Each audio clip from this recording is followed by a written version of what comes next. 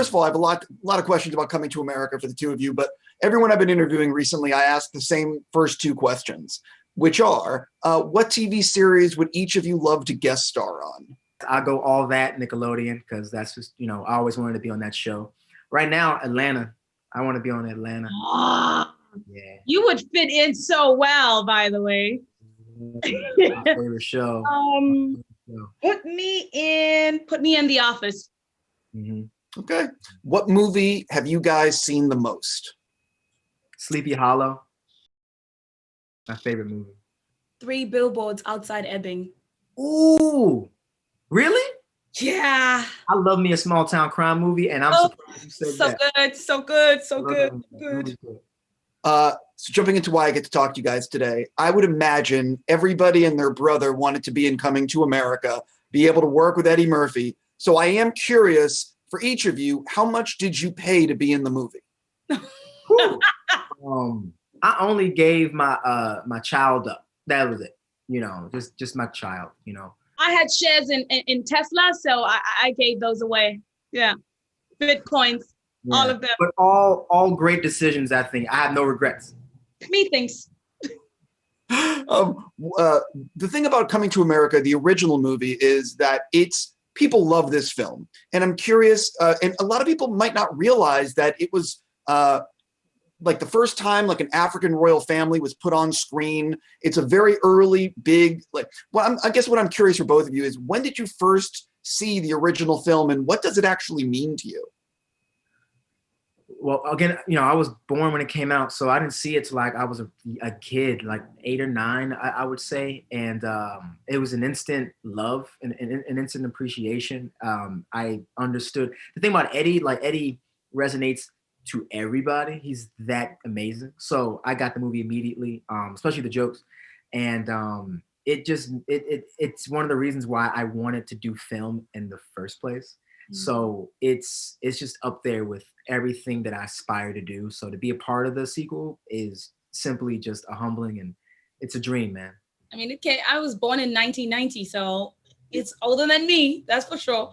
But I was pretty young. I know that when I was in my teens, obviously because my dad used to play it all the time, it's only then that I got to understand it. But I think what I remember the most and what I love the most was just like seeing the African luxuriousness of it all, and how funny it was, and seeing people in costume. It's so nostalgic in terms of just like everybody knowing where they were and who they were watching it with. So it's unreal to be able to be in the sequel right now. It's taken seriously too. Like a lot of comedies back then, especially Black comedies, were just joke machines, but this one was shot with such gravity, with the drama and the comedy mixed. It was even looked like a film. Like it looks beautiful, still holds up. It's a movie that still holds up today. And it being a Black fairy tale, just again, it's opened so many doors for literally everything else that came after it. So yeah, man. I'm curious for each of you what it was like first, like 3 days of filming. You're like, you got the part. You're in the movie, but like, are you sitting there like extra additional pressure on yourself? Like, I cannot screw this up. Like being like a little more in your head. Oh, definitely. I had to talk myself out of it because it's such an out-of-body experience. You're supposed to not geek out that Eddie Murphy's walking onto set. You're supposed to not geek out that Arsenio's having a conversation with you. Like, this is normal. No, it's not. Absolutely not. So a lot of moments of wanting to geek out and waiting to get to your trailer to be like, oh my God. And then somebody knocking, Nomzamo, we're ready for you on set. And then you're coming out normal again because these are your colleagues, right?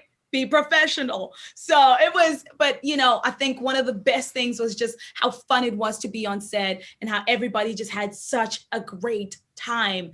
No one had, you only know that they're iconic because they're around you and you can't believe this is your life, but nobody had any kind of like diva or like big presence or whatever. Everyone just had this mutual and beautiful respect for each other. There was so much happening behind the scenes, and I hope you guys get to see it.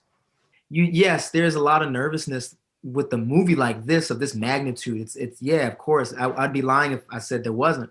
But you got cast members who kind of just relieve a lot of that anxiousness from you. Like hanging out with Nomzamo and sharing a lot of our thoughts and,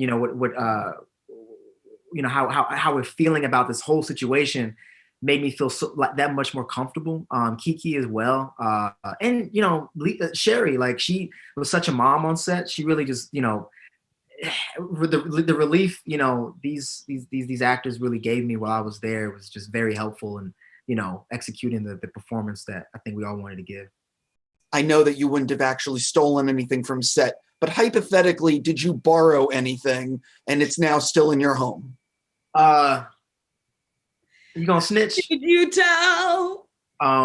There is something I got. I don't want to say what, but I got something. I unfortunately could not get away with the crime. Yeah, customs. She was going back to Africa, so like the customs probably gonna follow it in the mail. Yeah, customs gonna be like, "Ma'am, to the side, please." I'm coming to, man. Okay, I won't pressure you to ask what's in. Was it gifted to you? Did you actually borrow it? What you doing right now, Steven? What you trying to do, man? Who are you, Steven? You work for the movie? Hey, listen, I'm not saying that I work for Amazon today, but hypothetically. The gift. It was a gift. I got some gifts. I think, gifts from departments from the movie, like we all took something back, Otherwise, people want to believe me.